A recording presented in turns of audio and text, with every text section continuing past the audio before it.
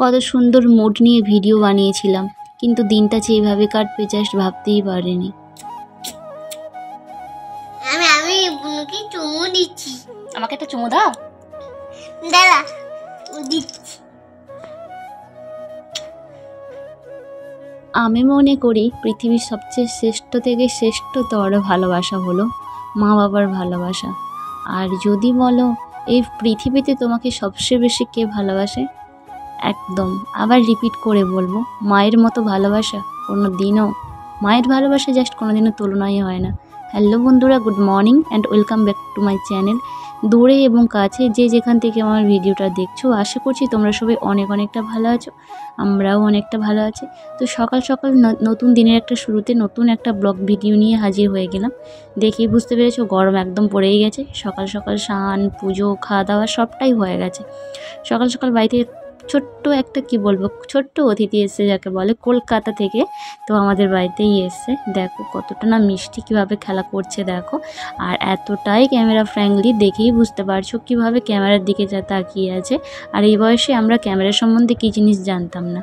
তো যাই হোক, ওই পুচকুটার সঙ্গে খেলা করতে করতে অনেকটাই বেলা হয়ে গেছিলো। আজকে আমাদের নিরামিষের বাজার চলছে।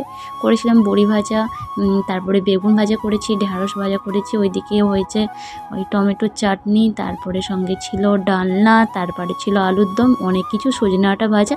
নিরাম মনেই তো জানো, গরমে বসে বসে একটার পর একটা করে শুধু রান্না করেই যাচ্ছি, যেহেতু অনেকটা পরিমাণে গরম পড়েছে।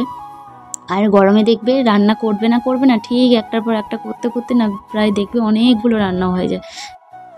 আজকের দিনটা এরকম কাটবে সত্যি বলতে আমি ভাবতেও পারিনি। সকালবেলা খুব সুন্দরভাবে ভিডিও শ্যুট করেছিলাম। তো সকাল থেকে ওই রকমই হয়েছে, 9টা সাড়ে 9টা নাগাদ। তো বাড়ির পাশে একটা আম গাছ থেকে একটা পাখির বাসা পড়ে গেছে। ভেবেছিলাম হয়তো পাখির ডিম টিম আছে, ওটা হয়তো আর কী হবে, ওটা নিয়ে এত মার্কই করিনি, লক্ষ্যই জাস্ট করিনি। সকাল 9:30 10টা থেকে এরকমই ঘটনাটা ঘটেছে।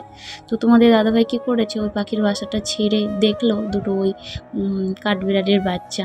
তো একটা বাচ্চাকে ওর মা নিয়ে পালিয়ে গেছে। তো আর একটা বাচ্চাকে কত কি পিঁপড়ের হাত থেকে বাঁচিয়ে, রোদ্দুর থেকে বাঁচিয়ে ভালো জামা নিয়ে গিয়ে ওই গাছের তলায় রেখেছে তোমাদের দাদাভাই, যাতে ওর মা এসে বাচ্চাটাকে নিয়ে চলে যায়। কোনো মতেই নিয়ে গেল না জানো। তো আমি কি করব কিছু না ভেবে আমি যখন থালা বাসন ধুতে যাই, রান্নাবান্না করার শেষে, অনেকক্ষণ থেকে এরকমই জাস্ট ঘটনাটা ঘটেছে, অতটা লক্ষ্য করে দেখিনি, যেহেতু আমি রান্নাবান্না নিয়ে ব্যস্ত ছিলাম। আর জানো তো রোদ্দুরের সময় একটু তাড়াহুড়ো করে রান্না না করলে কতটা লেট হয়ে যায়। কি করব, কি খাওয়াবো, কি না খাওয়াবো ভেবেই পাচ্ছিলাম না। অ্যাট লাস্ট কী করলাম যেন, আমার বেস্ট ফিটিংই করালাম ওকে। এখন কি সুন্দরভাবে বাচ্চার মতো জাস্ট ঘুমোচ্ছে দেখো, দেখলে তোমরা অবাক হয়ে যাবে। দেখলে তাতানের কাণ্ড কারখানা, তাতান কিছুতেই মেনে নিতে পারছি না ওকে খাওয়ানো, ওকে আদর করা, ওর পরিচর্যা করা, ও কিছুতেই মেনে নিতে পারছে না। ও ভেবেছে ওর আদরটা মনে হচ্ছে কম হয়ে যাচ্ছে, ওই রকমই ভেবেছিল। দেখো এখন ওকে খাইয়ে দিয়েছি, কি সুন্দরভাবে ঘুমিয়ে পড়েছে দেখো, পুরো একটা বাচ্চার মতো। দেখো কি করে হাঁ করে ঘুমোচ্ছে দেখো। তো দুটো বাচ্চা ছিল জানো তো, একটা বাসার মধ্যে দুটো বাচ্চা ছিল। ওর মা একটা বাচ্চাকে নিয়ে সেই তখন থেকে চলে গেছে। কতক্ষণ ওখানে গাছের তলায় ফেলে রেখেছিলাম, না খেতে পেরে বেচারা কি বলবো, গায়ের কালার জন্য চেঞ্জ হয়ে যাচ্ছে, ভয় পেয়ে গেলাম। তারপর বাড়ি নিয়ে এসে ওকে যতটা পারছি ওইভাবে আমি ট্রিটমেন্ট করে যাচ্ছি। হ্যাঁ তুমিও করেছো। ও কিন্তু অনেকটা করেছে, পিঁপড়ে জুড়ে যাচ্ছে, ওর মায়ের কাছে দিয়ে আসার চেষ্টা করছে, কিন্তু ওর মা কিছুতেই নিয়ে যাচ্ছে না গো। একটা বাচ্চাকে মুখে করে নিয়ে পালিয়ে গেছে, কিন্তু ওকে নিয়ে গেল না। তো জানি না আমি বাঁচাতে পারবো কিনা, তো চেষ্টা করবো ওকে বাঁচিয়ে রাখার জন্য। দেখো পুরো একটা ছোট্ট বেবি যেমন জন্ম হলে ওই রকমই পুরো দেখতে যাচ্ছে, কিন্তু ঘুমোচ্ছে এখন।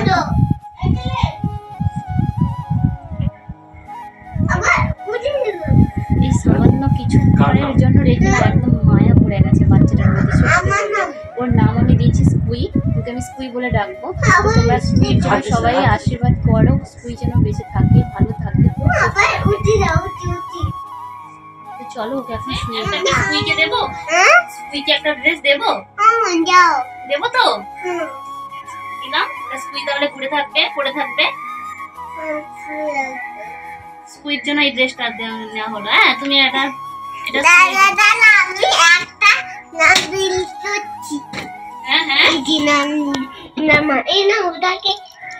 এটা স্কুইকে দেবো। এটা তো তুমি পড়ো তো বাবা, এটা লাগবে না, এটা রেখে দাও। তাহলে এটা স্কুইর জন্য, নেবে? স্কুইজ জানো কোনটা দেবে? ওটা না, ওটা ওটা। হ্যাঁ, এটা পুরনো জামা, স্কুইজ পছন্দ হবে না। দাঁড়া, জামা পরছি। হ্যাঁ, স্কুইর জন্য একটা ভালো জামা দিতে হয় না? ইজি। এ বাবা, নতুন জামাটা স্কুইকে দেবে? তোমার কষ্ট হবে না তো? এই না, স্কুইকে পরিয়ে দাও, তুমি পরিয়ে দাও, পরিয়ে দাও। স্কুইটা পড়বে?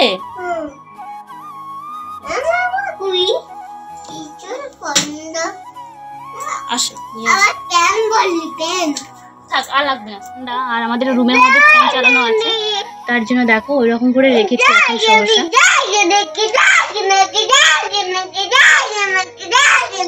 কাকে বলছো? হ্যালো, এখন একদম রেডি হয়ে পড়েছি। একদম কটা বাজে, পুরো বেজে গেছে 11:30 12টার মতো বেজে গেছে। এত রাত করেই বেরিয়ে পড়েছি। কোথায় যাচ্ছি বলো তো? সবাই মিলে। কোথায় কি বিপদ ঘটলো নাকি বলো তো? অনেক দিন পরে তাতানের আজ 3 বছরের বয়স হতে যায়। 3 বছর হয়নি, যদিও 2 বছর 7 মাসে পড়লো। তো তবে থেকেই জাস্ট কোথাও বেরোনো হয় না। অনুষ্ঠান তো একদম ভুলেও নয়। কোথাও বেরোনো বলতে কি, মা বাবার বাড়ি ওইসব যাচ্ছে, কিন্তু অনুষ্ঠান কবে থেকেই যে দেখা বন্ধ করে দিয়েছি কি বলবো। তো তার জন্য এখন বোনেদের সঙ্গে প্ল্যান করেছিলাম। তো বিকেলে বোনরা এসেছিল, বলছে বৌদি আমরা আজকে অনুষ্ঠান দেখতে যাচ্ছি। তো আমিও ভেবেছিলাম আজকে যাব।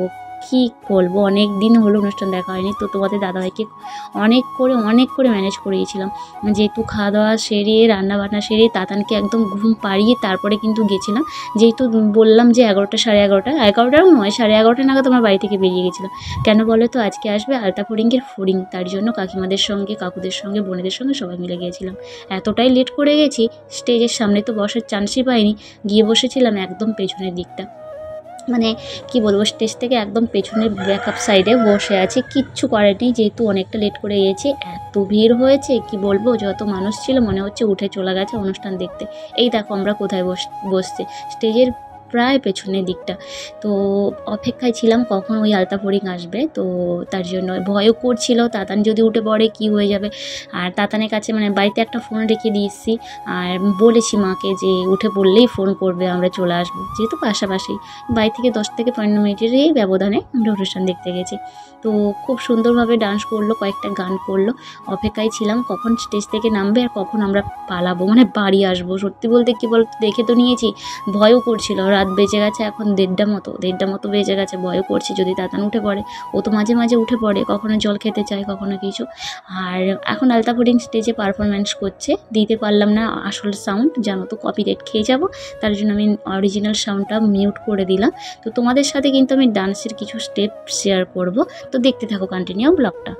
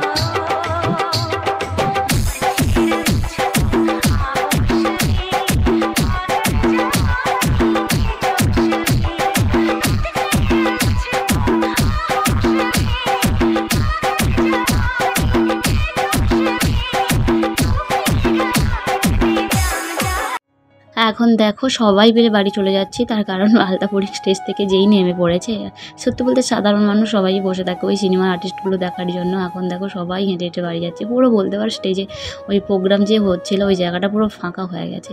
কিন্তু আজকের মানে অর্কেস্ট্রার স্টাফগুলো এত সুন্দর ছিল, এত সুন্দর গান করেছে। এই দেখো হরিণ চলে যাচ্ছে এখন। তো আমরাও বাড়ি চলে এলাম, যেহেতু তাতানের ভয় আছে যদি উঠে পড়ে কী হবে কি না হবে। এখন দেখো আমরা সবাই মিলে হেঁটে হেঁটে যাচ্ছি বাড়ির দিকে। তো যাই, গিয়ে দেখি তাতান উঠেছে কিনা, তারপর তোমাদের সাথে শেয়ার করছি ভিডিওটা। তো অনেক দিন বলতে সত্যি অনেক দিন পরে সবাই মিলে একসাথে এইভাবে মজা করে করে হাসি ঠাট্টা আনন্দ করে করে হেঁটে হেঁটে অনুষ্ঠান দেখতে যাওয়া অনেক দিন থেকে অনেক। তাতান জাস্ট ঘুমিয়ে পড়েছিল তার জন্যই যাওয়া। তো এখন বাড়ি চলে এসেছি, এখন বুঝুন তো তাতান ঘুমাচ্ছে। তো চলো এখন হেঁটে হেঁটে যেহেতু অনেকটা রাস্তা এসেছি তো পুরো ঘেমে গেছি, অবস্থা একদম খারাপ হয়ে গেছে, বেজে গেছে রাত 2টোর মতো। চলো আজকের ব্লগটা কিন্তু আমি এখানেই শেষ করবো। সবাই ভালো থেকো, সুস্থ থেকো, দেখা হবে নেক্সট কোনো ব্লগ ভিডিও নিয়ে। চলো বন্ধুরা, গুড নাইট।